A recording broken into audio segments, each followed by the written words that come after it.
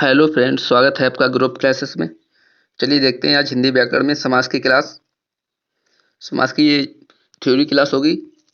2 class में आपका समास समाप्त हो जाएगा। इसके बाद हम इसके क्वेश्चन देखेंगे। ये क्लास यूपी प्लस, यूपी पेट, SCGD, यूपी वीडियो और जहाँ पे भी हिंदी आती है वहाँ के लिए ये महत्वपूर्ण ये क्लास है। और ये क्लास आपको सुबह रोजाना 10 बजे मिलेगी। 10 बजे रोजाना सुबह मिलेगी ग्रुप क्लासेस यूट्यूब चैनल पर। चलिए शुरुआत करते हैं आज की क्लास। देखते हैं समास को। पहले जान लेते हैं समास की परिभाषा क्या है। परिभाषा जानेंगे समास की क्या है।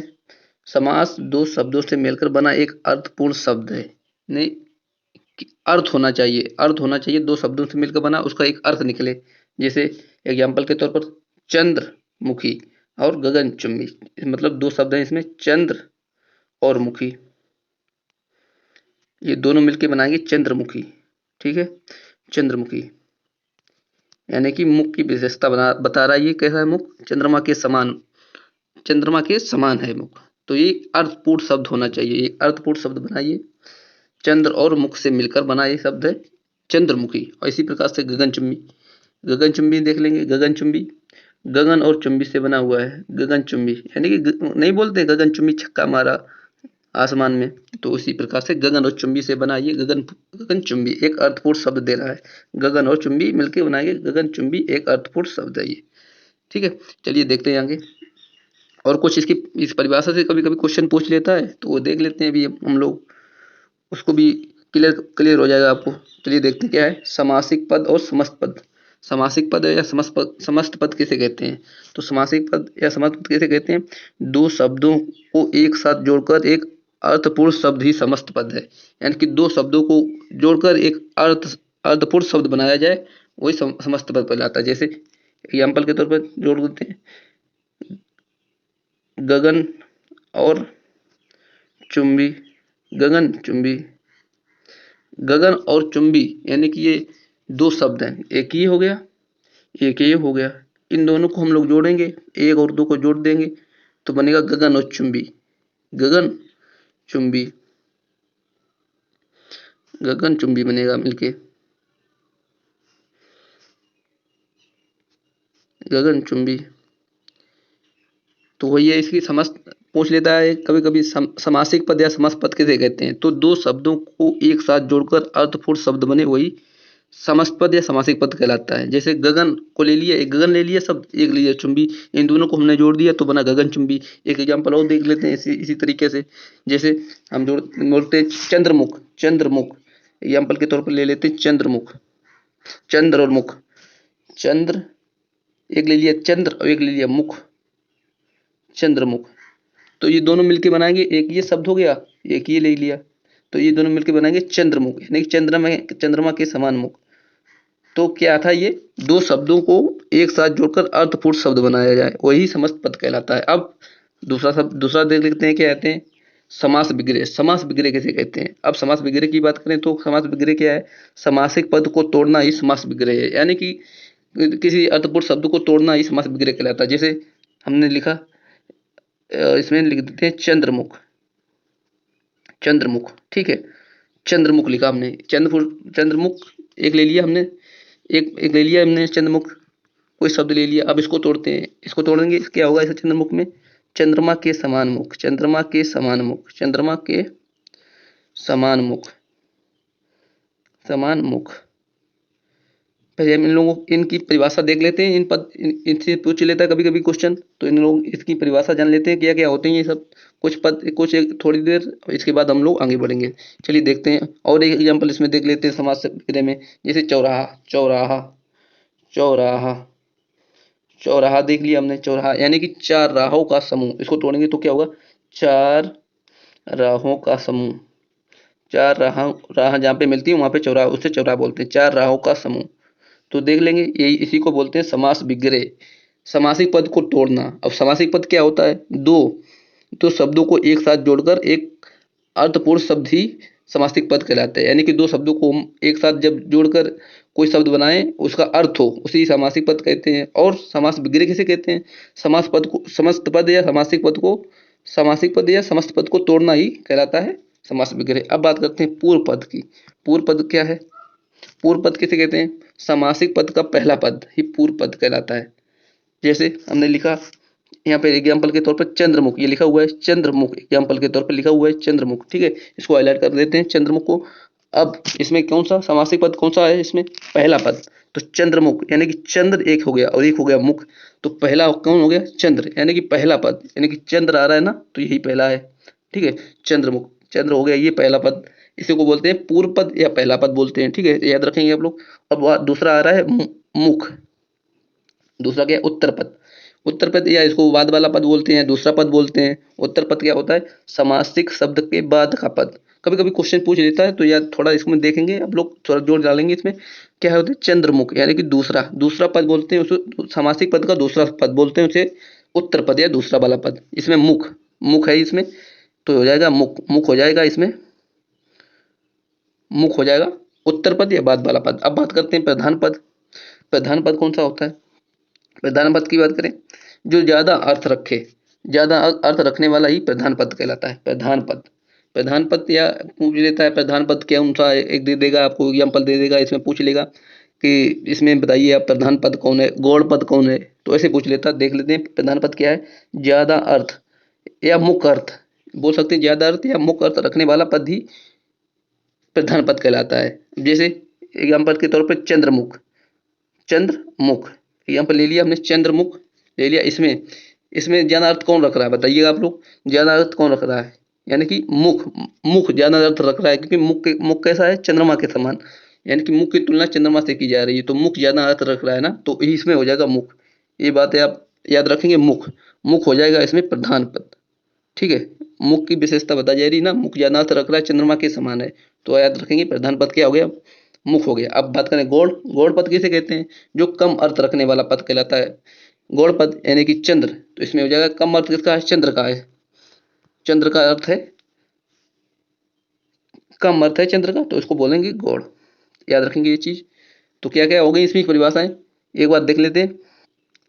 समास की परिभाषा क्या होती है, समास की परिभाषा को बोलते हैं, समास दो शब्दों से मिलकर बना एक अर्थपूर्ण शब्द है, अर्थ होना चाहिए, ऐसे नहीं कुछ कुछ ले लिया शब्द, कुछ ले लिया इसका कोई अर्थ ही ना हो, तो ऐसा नहीं होना चाहिए, अर्थपूर्ण शब्द होना चाहिए। जैसे चंद्र ले लिया, मुख मुख ले लिया, तो चंद्र मुख बन गया, उससे चंद्रमा के समान मुख, यानी कि कोई एक अर्थ निकल रहा है। जैसे गगन चुम्बी, गगन मतलब गगन ले लिया, चुम्बी ले लिया, गगन को चूमने वाला है, मतलब गगन चुम्बी हो गया, तो इसका एक अर्थ निकल रहा है, ठीक है। अब बात करें समासिक पद और समस्त पद में क्या होता है, समासिक पद या समस्त पद किसे बोलते हैं, दो शब्दों को एक साथ जोड़कर अर्थपूर्ण शब्द ही समासिक पद कहलाता है, यानी कि दो शब्दों को हमने जोड़ दिया, जैसे ले लिया हमने बताया था आपको, चंद्र और मुख ले लिया, ठीक है, इसको जोड़ के बनाए तो चंद्रमुख, एक अर्थपूर्ण शब्द निकल रहा है, अर्थपूर्ण शब्द निकल रहा है ना, चंद्रमुख, चंद्रमा के समान मुख, तो हो गया ये समासिक पद। अब बात करें समास विग्रह, यानी कि समास विग्रह समासिक पद को तोड़ना है, तो इसको चंद्रमुख एग्जाम्पल ले लिया, तो इसको तोड़ेंगे क्या होगा, चंद्रमा के समान मुख, ठीक है, या ले लिया चौराहा है, चौराहों का समूह, उसे बोलते हैं चौराहा, उसे बोलते हैं समासिक पद।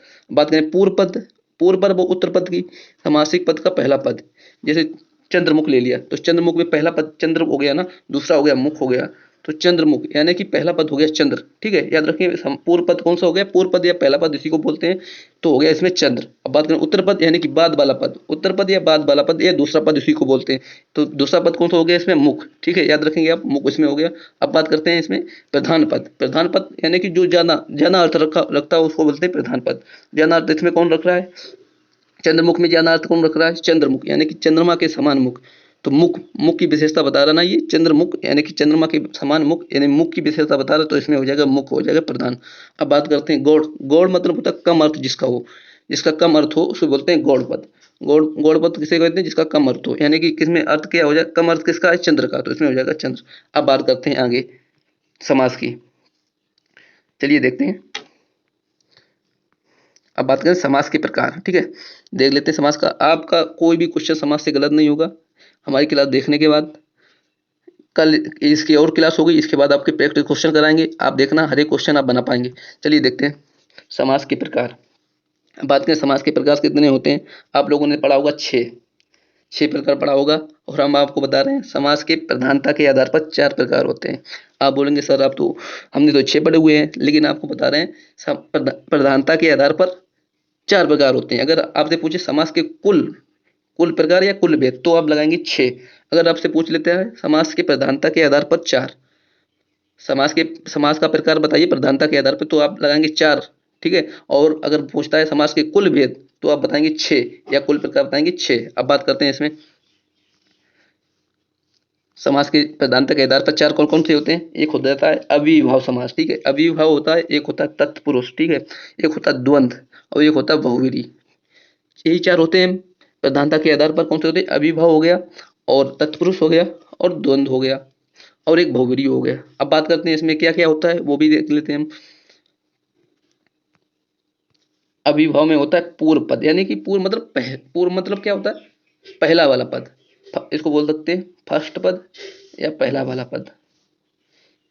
ये एक ही अकेला है। कभी कभी क्वेश्चन पूछ लेता है कि वो समास बताइए जिसमें केवल पहला पद प्रधान होता है, तो आप बता देंगे इसमें अविभाव होता है। वो ऐसे ऐसे क्वेश्चन पूछ लेगा, इससे बनेगा। या पूछ लेगा उत्तर पद किसमें प्रधान होता है, ये बता, ऐसे ये पूछ लेगा तो आप बता देंगे। उसी प्रकार से बता रहे हैं आपको।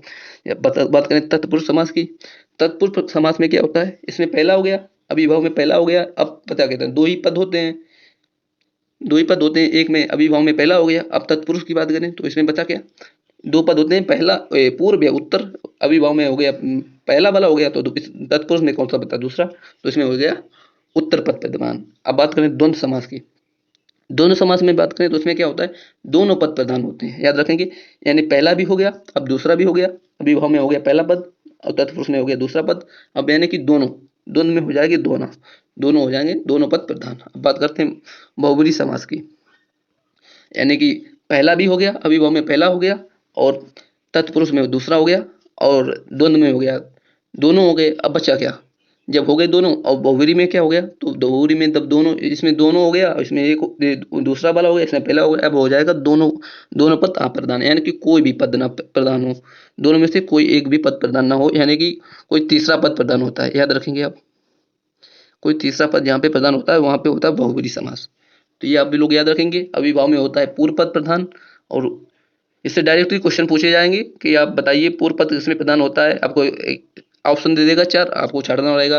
आप सिर्फ एक ही याद रखेंगे, अविभाव में केवल एक ही पद प्रधान होता है, वो भी पहला वाला पद प्रधान होता है, यानी कि पूर्व पद प्रधान होता है। और बाद में तत्पुरुष में उत्तर हो जाता है, द्वंद्व में होता है दोनों प्रधान, और अविभाव में कोई प्रधान नहीं होता है, यानी कि कोई तीसरा ही पद प्रधान होता है। अब बात करते हैं कभी कभी, अब बात करें, ये दो रह गए हैं, कर्मधारय और द्विगु। तो ये कर्मधारय और द्विगु तत्पुरुष की ही दो भाग हैं। कर्मधारय और द्विगु समास तत्पुरुष समास के ही दो भाग हैं। कभी कभी पूछ लेता है क्वेश्चन कि कर्मधारय और द्विगु बताइए किसके किसके भाग हैं, तो आप बताएंगे तत्पुरुष समास के ही भाग हैं। तत्पुरुष समास के ही भाग हैं कर्मधारय और द्विगु।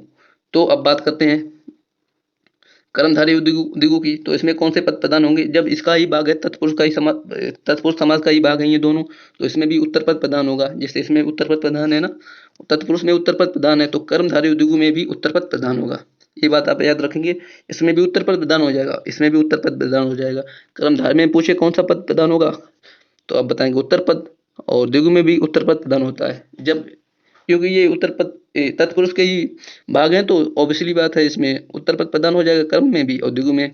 चलिए बात करते हैं आगे समास की। पहला समास पढ़ेंगे हम लोग डिटेल में। साथियों, अगर हमारी क्लास आपको अच्छी लग रही है तो क्लास को लाइक करेंगे, शेयर करेंगे, और हमारे ग्रुप चैनल को सब्सक्राइब कर लेंगे। रोजाना आपको सुबह 10 बजे हिंदी की चैप्टर वाइज क्लास मिलती रहेगी, जो सभी प्रतियोगी परीक्षाओं के लिए अति महत्वपूर्ण होने वाली है। चलिए देखते हैं अविभाव समास। अब बात करें इसकी पहचान क्या होती है अविभाव समास की। अविभाव की पहचान की बात करें, इसमें उपसर्ग वाले पद आते हैं। उपसर्ग मतलब जो शब्द उपसर्ग क्या होता है? ये शब्दांश होते हैं जो शब्द के पहले लगते हैं, उन्हें बोलते हैं उपसर्ग। जैसे हमने लिख दिया जन्म, जन्म एक हो गया। ये इसको ले एक शब्द ले लिया हमने, ये जन्म। अब एक इसमें लगा देंगे आ जैसे हमने लगा दिया तो आ हो गया ये जन्म, तो हो गया मूल शब्द। ठीक है, ये हो गया मूल शब्द। आ हमने लगा दिया, ठीक है, आ लगा दिया, तो ये आ हो गया क्या? आपको हम लोग क्या बोलेंगे? ये हो गया उपसर्ग। उपसर्ग, उपसर्ग हो गया, आ हो गया उपसर्ग। जब आ उपसर्ग हो गया तो मिलकर ये क्या बना देंगे? आ जन्म। आ जन्म। तो उपसर्ग क्या होता है? ये वे शब्दांश होते हैं जो शब्द के पहले लगते हैं उसको बोलते हैं आप उपसर्ग। तो याद रखेंगे उपसर्ग वाले पद आते हैं इसमें, और एक उपसर्ग वाला पद आ गया, और प्रथम पद प्रधान होता है, जो आपको बताया था पूर्व पद या प्रथम पद प्रधान होता है। ठीक है, इसकी पहचान याद रखेंगे आप लोग। उपसर्ग वाले शब्द आएंगे इसमें अविभाव समास में। प्रथम पद प्रधान होगा, और पूर्व पद होता है छोटा होता है वो, यानी कि पहले वाला पद होता है वो छोटा होता है किंतु अर्थ ज्यादा रखता है। जैसे हमने लिख दिया जन्म, जैसे हमने लिखा जन्म, ठीक है, एक शब्द लिए जन्म, और जन्म लिखा, इसमें हमने लगा दिया आ लगा दिया, तो इसका अर्थ ही बदल दिया, तो वही है इसमें आ जन्म हो गया, मतलब जिसका जन्म ना हुआ हो। तो इसमें हो रहा था, एक शब्द था जन्म, इसमें लगा दिया हमने आ, तो हो गया आ जन्म, जिसका जन्म ना हो। वही है, पूर्व पद होता है छोटा होता है, देखिए आ छोटा है, आ, आ छोटा है जन्म की तुलना में, और छोटा है किंतु अर्थ ज्यादा रख दिया इसने, पूरा इस शब्द का अर्थ ही बदल दिया आ लग के। तो इसमें मतलब हो गया आ जन्म, जिसका जन्म ही ना हुआ, वही है इसमें पूर्व पद है। पूर्व पद छोटा है किंतु ज्यादा अर्थ रखता है। ठीक है, अब बात करें समान अर्थ वाले शब्द एक साथ आते हैं इसमें। समान अर्थ वाले दो शब्द आते हैं, जैसे रातों रात, रातों रात हो गया, दो शब्द रिपीट होंगे इसमें, याद रखेंगे आप, पहचान बता रहे हैं इसकी। रातों रात, हाथों हाथ, हाथों हाथ, हाथों हाथ, क्या दो समान अर्थ वाले शब्द एक साथ आते हैं, वहां पे होता है अविभाव। जैसे रातों रात हो गया, हाथों हाथ हो गया, दिनों दिन हो गया। तो आप याद रखेंगे इसकी पहचान के तौर पर आप लोग, उपसर्ग वाले शब्द आते हैं, प्रथम पद प्रधान होता है, पूर्व पद छोटा होता है किंतु ज्यादा अर्थ रखता है, और इसमें समान अर्थ वाले शब्द एक साथ आते हैं। चलिए देख लेते हैं एग्जाम्पल के तौर पर इसमें कौन कौन से एग्जाम्पल हैं। प्रतिदिन, प्रति, इसमें देखिए प्रति आ रहा है, यहाँ दिन से पहले लग रहा है उपसर्ग, इसमें देखिए उपसर्ग आ रहा है ना प्रति, तो इसमें हो जाएगा कौन सा समास, अविभाव समास। आ जन्म, आ लग रहा है उपसर्ग जन्म में, तो इसमें हो जाएगा अविभाव समास। आ मरण, देख लेंगे आ लग रहा है मरण में, तो हो जाएगा अविभाव समास। अनुरूप, रूप में अनु उपसर्ग लग रहा है, तो हो जाएगा, ये सब उपसर्ग इसमें लग रहे हैं, तो ये हो जाएगा अविभाव समास। रूप में अनु उपसर्ग लग रहा है, मरण में आ लग रहा है, आ जन्म में आ लग रहा है, दिन में लग रहा है प्रति, ये सब उपसर्ग हो गए। ठीक है, कूल, जैसे प्रतिकूल, प्रतिकूल, कूल में प्रति उपसर्ग लग रहा है, इसमें भी उपसर्ग लग रहा है, तो इसमें आपको पहचान बताई थी। उपसर्ग क्या होते हैं, उपसर्ग वो शब्दांश होते हैं जो किसी किसी शब्द के पहले लगते हैं, वो उपसर्ग कहलाते हैं। अब जैसे रातों रात, देखिए दो शब्द एक ही साथ रिपीट हो रहे हैं ना, रातों रात बताया था आपको, हाथों हाथ, देखिए हाथों हाथ, दो शब्द एक साथ रिपीट हो रहे हैं। दिनों दिन, दो शब्द एक साथ रिपीट हो रहे हैं, दिनों दिन। भर पेट, भर पेट, पेट से पहले भर उपसर्ग लग रहा है, भर पेट हो गया। यथाशक्ति, यथाशक्ति, शक्ति, शक्ति से पहले क्या लग रहा है, उपसर्ग, यथाशक्ति। इसमें भी आप रखेंगे यथासंभव, यथासंभव, या इत्यादि, ये सब एग्जाम्पल उसके हो गए, इत्यादि। इसके एग्जाम्पल कौन कौन से हो गए आप लोग, प्रतिदिन हो गया, जन्म हो गया, आमरण हो गया, अनुरूप हो गया, ये कुछ आपको एग्जाम्पल दिए, होते तो बहुत सारे हैं, आप इसी से समझ लेंगे।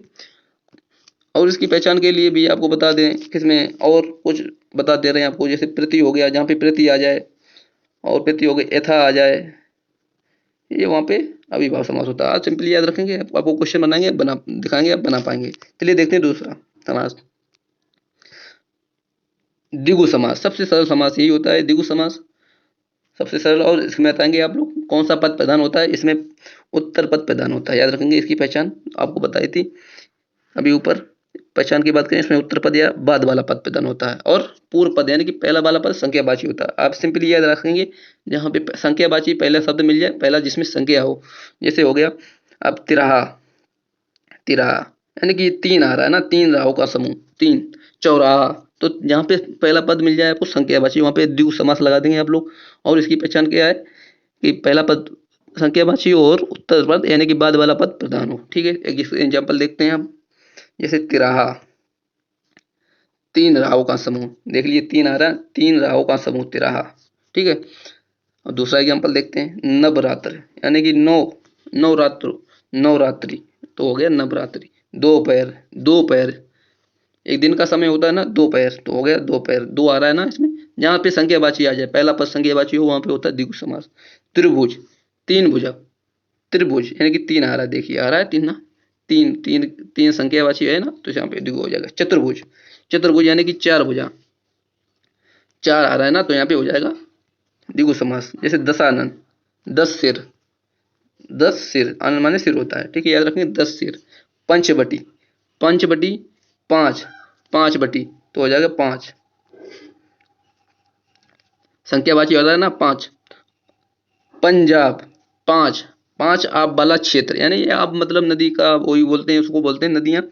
5 आपका क्षेत्र, यानी कि 5 आ रहा है। पंजाब में पूछ ले कोई कौन सा समास है तो बता देंगे, जहाँ पे पहला पद होता है संख्यावाची, वहां पे होता है। द्विगु समास आप बता देंगे। सप्ताह यानी कि 7 दिनों का समूह, 7 आ रहा है। शताब्दी 100 वर्ष का समूह बोल सकते हैं, 100 वर्ष का टाइम बोल सकते हैं शताब्दी। तो ये सिंपली आप बना सकते हैं, इसमें कोई बड़ी बात नहीं है। चलिए देखते हैं अगला समास, द्वंद्व समास की बात करें। द्वंद्व समास क्या है इसमें, द्वंद्व समास की बात करें, इसकी पहचान, पहचान की बात करेंगे क्या होती है इसकी। द्वंद्व समास की पहचान, दोनों पद प्रधान होते हैं। आपको फिर से याद दिलाते हैं, अविभाव में क्या था, इसमें कंफ्यूजन रहता है तभी आपको बता रहे हैं। अविभाव में क्या था, अविभाव में बात करें इसमें पहला पद या पूर्व पद प्रधान था, पूर्व पद प्रधान था, ठीक है, पूर्व पद प्रधान था। अब बात करते हैं, द्विगु पढ़ा हमने, एक द्विगु पढ़ा। द्विगु की बात करें, इसमें क्या था, फर्स्ट पद संख्यावाची होता था, संख्यावाची होता था, ठीक है, फर्स्ट पद संख्यावाची होता था और दूसरा पद प्रधान होता था। आप लोग कैसे याद कर लें, सिर्फ अविभाव में होता है पूर्व पद प्रधान, और सब में उत्तर पद या कोई दोनों पद प्रधान होते हैं, और या किसी में तीन भी नहीं होते, दोनों नहीं होते हैं। तो ये याद हो गया आपको, अविभाव में पहला पद प्रधान या पूर्व पद प्रधान, और द्विगु में क्या था, फर्स्ट पद संख्यावाची था और दूसरा पद प्रधान था। चलिए बात करें द्वंद्व समास की। द्वंद्व समास में क्या था, दोनों पद प्रधान मिलेंगे आपको, दोनों पद प्रधान मिलेंगे, ठीक है, और दोनों पद प्रधान मिलेंगे। इसके अतिरिक्त इसकी एक पहचान है, दोनों शब्दों के बीच में योजक चिन्ह लगा रहेगा, दोनों शब्दों के बीच में योजक चिन्ह लगेगा रहेगा। जैसे रात दिन, रात और दिन, इसको हम ये वाले चिन्ह को बोलते हैं योजक चिन्ह, इसको बोलते हैं योजक चिन्ह, इस वाले को योजक चिन्ह बोलते हैं, इसको रात दिन, इनके जहाँ पे डैश ऐसा डैश होता है, ये इसको बोलते हैं योजक, योजक चिन्ह हम लोग। तो रात दिन वो ये पहचान इसकी, दोनों पद प्रधान हो गए और योजक चिन्ह, दो पदों के बीच में योजक चिन्ह। समास विग्रह के बाद तीसरा क्या इसकी पहचान है, समास विग्रह के बाद दोनों पदों के बीच या और अथवा लगाते हैं, या और अथवा लगाते हैं। जैसे दिन रात, मैंने क्या बोला था, रात दिन या दिन रात, तो इसको अगर समास विग्रह करेंगे तो क्या होगा, दिन और रात, दिन और रात। वही बोला, इसमें समास विग्रह करने के बाद दोनों पदों के बीच में या और अथवा लगाते हैं। दिन रात हो गया, इसको अगर समास विग्रह किया दिन और रात, जैसे माता पिता, इसका समास विग्रह किया माता और पिता, ठीक है। और इसकी पहचान क्या है, ऐसे शब्द जो, ऐसे शब्द जो अमूमन एक साथ बोले जाते हैं वो इसमें आते हैं। जो शब्द एक ही साथ बोले जाते हैं, जैसे हो गया भाई बहन, सुख दुख, माता पिता, ऐसे सब जो अमूमन एक साथ बोले जाते हैं वो भी इसमें आ जाएंगे। तो इसकी पहचान क्या हो गई, दोनों पद प्रधान हो गए, दोनों पदों के बीच में योजक चिन्ह लगेगा, और दोनों समास विग्रह करते समय और आएगा, अथवा आएगा या आ जाएगा। और ऐसे शब्द जो अमूमन एक साथ बोले जाएंगे, भाई बहन, दुख सुख और माता पिता, ये होगी इसकी पहचान। चलिए इसे एग्जाम्पल देख लेते हैं। पहला एग्जाम्पल क्या है इसमें, माता पिता, ये जो चिन्ह आ रहा है बीच में देखिए सभी में, माता पिता, इसका समास विग्रह करेंगे तो क्या हो जाएगा, माता और पिता। सुख और दुख, सुख देश दुख, सुख और दुख हो जाएगा। भाई बहन, देखिए एक ही साथ बोलने वाले शब्द हैं सारे, और इनके बीच में योजक चिन्ह भी लगा हुआ है, समास विग्रह करने पर और भी आ रहा है, या भी आएगा, अभी देखते हैं। भाई और बहन, रोटी सब्जी, रोटी और सब्जी। अपना पराया, इसमें देखिए ए आ रहा है, अपना या पराया। देखिए दूसरा अगला एग्जाम्पल देखते हैं, बुरा या भला, इसमें योजक चिन्ह लगा हुआ है तो इसका हो जाएगा भला अथवा बुरा। देख लीजिए अथवा भी आ गया इसमें। लाभ हानि, लाभ या हानि, दो ही ऑप्शन रखते हैं ना, लाभ हो या हानि हो, तो देख लीजिए लाभ हानि होगी। खरा खोटा, यानी खरी खोटी बात कहे ना, वही हो गया खरा खोटा, योजक चिन्ह आ रहा है इसमें भी, खरा या खोटा। तो इसके एग्जाम्पल है, आप लोग ये याद रखेंगे। इसके इसमें क्या हो गया, द्वंद्व में, द्वंद्व समास में क्या हो गया था कि इसकी दोनों पद प्रधान हो गए, दोनों पद प्रधान हो गए, ठीक है, योजक चिन्ह आए बीच में, समास विग्रह करने पर और आए, या आए या अथवा आए। और ऐसे शब्द जो अमूमन अमूमन एक साथ बोले जाए वो आते हैं इसमें, माता पिता, दुख सुख, भाई बहन, रोटी सब्जी, बड़ा बुरा, लाभ हानि, अपना पराया, ये सब हो गया। चलिए देखते हैं कर्मधारय समास। कर्मधारय समास की बात करें, साथियों अगर क्लास अच्छी लग रही हो तो क्लास को लाइक करें, शेयर करें, हमारे ग्रुप चैनल को सब्सक्राइब करें। रोजाना ऐसी हिंदी की इंपॉर्टेंट क्लास आपको मिलती रहेगी सुबह 10 बजे। चलिए देखते हैं कर्मधारय समास। कर्मधारय समास की बात करें, इसमें क्या होता है, उत्तर पद प्रधान होता है। इसमें भी उत्तर पद प्रधान होता है कर्मधारय समास में। ये किसका, अगर पूछा अगर ये किसका भाग है तो आप क्या बताएंगे, ये किसका भाग है, तत्पुरुष समास का भाग है। तत्पुरुष समास के भाग के कौन कौन थे, एक कर्मधारय हो गया था और कौन था दूसरा बताएंगे आप लोग, कर्मधारय हो गया और एक कौन था, द्वंद्व था। ठीक है, चलिए इसकी पहचान क्या करें, उत्तर पद इसमें प्रधान होता है। ठीक है, उत्तर पद प्रधान होता है। इसकी एक पहचान तो होगी, उत्तर पद प्रधान होता है यानी कि बाद वाला पद प्रधान होता है, और पहले पद दूसरे पद की विशेषता बताता है। इसमें पहला पद दूसरे पद की विशेषता बताएगा, इसलिए इसलिए पूर्व पद को विशेषण तथा उत्तर पद को विशेषण कहते हैं। इस बात को समझते हैं, पहला पद है जो, पहला पद जो होता है वो दूसरे पद की विशेषता बताता है, इसलिए पहले वाले पद को हम लोग विशेषण बोलते हैं और दूसरे वाले पद को विशेष बोलते हैं। विशेषण क्या होता है, जो किसी की विशेषता बताए उसे बोलते हैं हम लोग विशेषण, और जिसकी विशेषता बताई जाए वो होता है विशेष। तो वही इसको देख लेते हैं, वही बात इसमें कहेगी कर्मधारय समास में।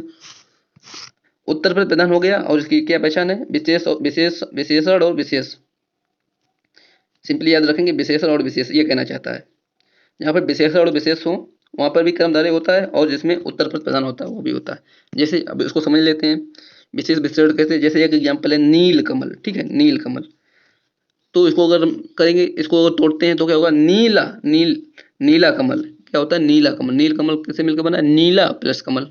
तो ये कमल की विशेषता बता रहा है, कमल की क्या विशेषता है, कैसा कमल है, नीला कमल है। कमल कैसा है, नीला। तो ये है इसमें देखिए, ये दूसरा वाला पद हो गया, ये पहला वाला पद हो गया। ठीक है, पहला पद दूसरे वाले पद की विशेषता बताता है। अब देखिए दूसरा पद है, पहला पद है दूसरे की विशेषता बता रहा है कि नहीं बता रहा है। कमल कैसा है, नीला कमल है। तो क्या इसमें नीला क्या हो गया, नीला हो गया विशेषण, नीला हो गया विशेषण और कमल हो गया विशेषण, विशेष हो गया। चलिए देखते हैं अगला एग्जाम्पल, नीलकंठ। तो नीला हो गया इसमें, नीला हो गया इसमें विशेषण, कंठ हो गया इसमें विशेष, यानी कि नीले कंठ वाला, नीले कंठ वाला नीलकंठ हो गया। नव युवक, नया युवक, युवक की विशेषता बता रहा है, नया युवक, युवक कैसा है, नया है। तो इसमें ये विशेषण हो गया, ये विशेष हो गया युवक। बात करते हैं अगला, महावीर। महावीर, महान है जो वीर, महान है जो वीर। इसकी एक और इसमें लगेंगे, विशेषण विशेष हो गया, विशेषण विशेष हो गया, और उत्तर पद प्रधान होता है इसमें भी, विशेषण विशेष। और जहाँ पे है जो आए, है जो आता है वहाँ पे भी विग्रह करने पर है और जो आए है जो, वहां पे भी होता है कर्मधारय। चलिए देख लेते हैं एग्जाम्पल, महावीर, महान है जो वीर, वीर की विशेषता बता रहा ना, कैसा वीर है, महान। अगला है कमल नयन। नयन, नयन कैसे, कमल नयन कैसे है, यानी कि नयन मतलब आंख, नयन कैसे है, कमल के समान नयन है उसके, उसके नयन कैसे है, कमल के समान है। तो विशेषता बता रहा है नयन की। अगला है मृग नयनी। मृग नयनी की बात करते हैं, मृग नयनी, मृग के समान नयन वाली, यानी कि मृग बोलते हैं हिरण को, हिरण के समान आंखों वाली उसको बोलते हैं मृग नयनी। मृग की नयन की विशेषता बता रहा है, इसमें भी हो जाएगा कर्मधारय। अगला है कनकलता। कनकलता, कनक के समान लता। अब कनक के कोई कुछ अर्थ हो सकते हैं, अगर हम बोलते हैं कनक का लगाएं, इसमें सोना लगाएं तो सोने के समान लता हो जाएगी, लता की विशेषता हो जाएगी सोना। कैसी लता है, सोने, सोने की लता है। और अगर धतूरा लगाएं तो धतूरे के समान, कनक का दूसरा अर्थ लें तो हो जाता है धतूरा के समान लता। अगला देखते हैं परमानंद। अगला है परमानंद, यानी कि परमानंद, आनंद कैसा था, बहुत परम था, बहुत ज्यादा आनंद। तो ये इसकी विशेषता बता रहा है, आनंद की विशेषता बता रहा है कैसा था, परम। अगला है पीताम्बर। पीताम्बर की बात करते हैं, पीता अंबर, यानी कि पीला, पीला है जो अंबर। अंबर किसको बोलते हैं, अंबर बोलते हैं कपड़ा को, कपड़ा को। देखिए है जो भी आ गया ना, हमने बोला था है जो, इसकी भी पहचान है जो, जहाँ पे आए विग्रह करने पर वहां पे भी कर्मधारय होता है। पीलांबर, पीतांबर में हो गया पीला है जो अंबर, तो इसका हो जाएगा अंबर, यानी कि अंबर। अंबर की विशेषता बता रहा है कि साहब पीला, अंबर क्यों बोलते हैं कपड़े को। चलिए एक और एग्जाम्पल देख लेते हैं, प्राण प्रिय। प्राण प्रिय, तो अगर इसको हम विग्रह करते हैं तो क्या हो जाएगा प्राण प्रिय। प्रिय कैसी है? प्राण, प्राणों से भी प्रिय है। तो उसकी विशेषता बता रहा है ना ये, तो यहाँ पे हो जाएगा कर्मधारय समास। अगला देखते हैं, अगला है बहुव्रीहि समास। बहुव्रीहि समास जो आज का लास्ट समास है, इसके बाद हम लोग कल देखेंगे समास। कुछ रह गए इंपॉर्टेंट समास, तत्पुरुष रह गया, तत्पुरुष के भाग रह गए थे, और कुछ ना समास रह गया है, और कुछ रह गए थोड़े समास, वो कल देख लेंगे। इसके बाद हम प्रैक्टिस सेट देखेंगे ये समास के कौन कौन से क्वेश्चन आए थे प्रीवियस ईयर में, और आप देख लिए हर एक क्वेश्चन बना पाएंगे। चलिए देखते हैं, बात करें कर्मधारय समास की बहुव्रीहि समास की पहचान क्या बताई थी। इसमें दोनों पद अप्रधान होते हैं, यानी कि कोई तीसरा ही पद प्रधान होता होगा। जब दोनों ही नहीं प्रधान है तो वो कौन होगा? तो तीसरा ही होगा, याद रखेंगे। दोनों पद अप्रधान होते हैं। अब बात करते हैं, दो पद मिलकर, वही बात है, दो पद मिलकर किसी तीसरे अन्य की ओर इशारा करते हैं।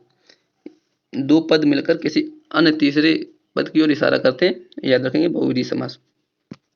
और एक नोट करके आप लोग लिख लेंगे यहाँ पे, जहां पर दिगु कर्मधारय बहुव्रीहि एक साथ हों, यानी कि जहां पे दिगु भी आ जाए, कर्मधारय भी आ जाए और बहुव्रीहि भी आ जाए एक साथ हो, तो आप वहां पर बहुव्रीहि समास को प्राथमिकता देंगे। वहां पर आप अगर ऑप्शन में आपके दिगु भी आ गया, दिगु भी आ गया ऑप्शन में, दिगु भी दे दिया आपको ऑप्शन में, और आपको आपको दे दिया कर्मधारय भी दे दिया, कर्मधारय भी दे दिया, और बहुव्रीहि भी दे दिया आपको, तो आप लोग बहुव्रीहि वहां पे टिक करेंगे। अगर ऐसा कोई ऑप्शन, ऐसा कोई अगर एग्जाम्पल आ रहा है जहाँ पे आपको लग रहा है दिगु भी होगा, कर्मधारय भी होगा और बहुव्रीहि भी होगा, तो आप बहुव्रीहि को ही प्राथमिकता देंगे। चलिए देख लेते हैं इसके एग्जाम्पल कुछ और, फिर इसको खत्म करते हैं। समास, समासिक पद, इसका समास विग्रह, और जो तीसरा, कोई तीसरे की ओर जो इशारा करता है वो पद देख लेते हैं। इसका कोई तीसरा पद प्रधान होता है उसको देख लेते हैं। देखिए पहला है चंद्रशेखर, एग्जाम्पल है पहला चंद्रशेखर। इसका समास विग्रह करेंगे तो हो गया चंद्र, चंद्र है शिखर पे जिसके, यानी शिखर बोलते हैं सर को, चंद्र, चंद्र है शिखर पर जिसके, यानी कि इसको मतलब तीसरा पद इसका किसकी ओर इशारा कर रहा है? ये शिव जी, यानी कि भगवान शंकर जी की ओर इशारा कर रहा है, तो इसको बोलते हैं शिव जी हो जाएगा। अगला है गजानन, अगला एग्जाम्पल है गजानन, यानी कि गज किसको बोलते हैं? हाथी, हाथी के समान मुख वाला। आनंद बोलते हैं, आनंद, आनंद किसको बोलते हैं? मुख को, सिर को बोलते हैं आनंद। तो हो गया गजानन में हो जाएगा हाथी के समान मुख वाला, यानी कि गणेश जी। कोई तीसरा पद ही प्रदान होता था, बताया था आपको, दोनों पद अप्रधान होते हैं, कोई तीसरा पद प्रदान होता है और उसी की ओर इशारा कर रहा है कोई विशेष अर्थ के लिए। अगला है मुरलीधर, मुरलीधर यानी कि मुरली को धारण करने वाला है। मुरली को धारण करने वाला कौन है? कृष्ण जी है। देखिए कोई तीसरा ही पद आ रहा है, इसमें अर्थ निकल रहा है। अगला है चतुर्भुज, चतुर्भुज, चतुर्भुज चार भुजा हैं जिसकी, चार भुजा किसकी हैं? चतुर्भुज चार भुजाएं जिसकी, इसको बोलते हैं विष्णु जी।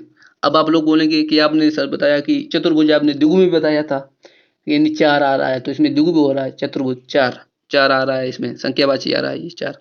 तो हमने क्या बताया, जहाँ पे द्विगु भी मिल जाए, कर्मधारय भी मिल जाए और बहुव्रीहि भी मिल जाए, तो आप सिर्फ उसको बहुव्रीहि में कोई प्राथमिकता देंगे, वहां पे हो जाता है बहुव्रीहि समास, इसलिए इसको यहाँ पे रखा। अगला है दशानन, दशानन की बात करें, दशानन भी आपको द्विगु में बताया था।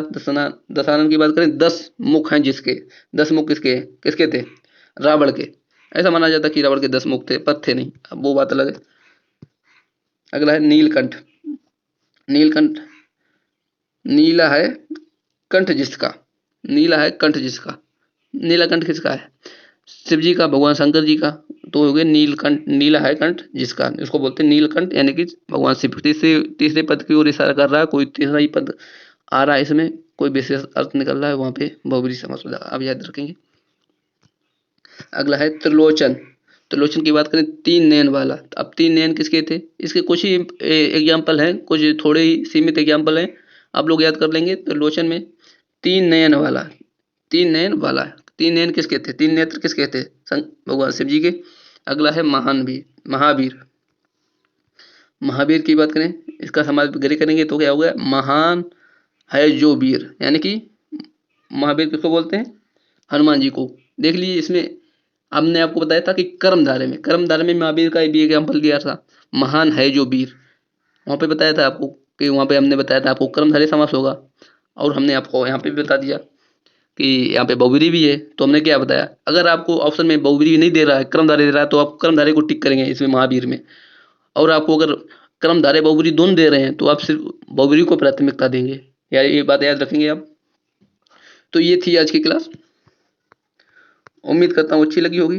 अगर अच्छी लगी हो क्लास को तो लाइक करें, शेयर करें, हमारे ग्रुप चैनल को सब्सक्राइब करें। आपको अति महत्वपूर्ण क्लास हिंदी की रोजाना सुबह 10 बजे मिलेगी, रोजाना सुबह 10 बजे ग्रुप क्लास यूट्यूब चैनल पे। तो चलिए रिवीजन कर लीजिए आज का क्लास का और क्वेश्चन बनाइएगा, जितना हमने पढ़ाया आपके क्वेश्चन बन पाएंगे। चलिए चलते हैं, आज के लिए इतना ही। थैंक यू, जय हिंद।